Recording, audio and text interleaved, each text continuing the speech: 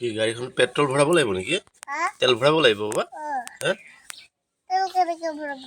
গাড়ীত তেল ভৰাব লাগিব টেংকিত, তেতিয়া গাড়ীখন চলি থাকিব।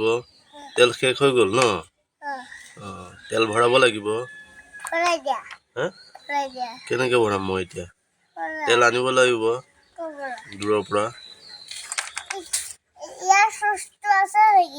চব আছে।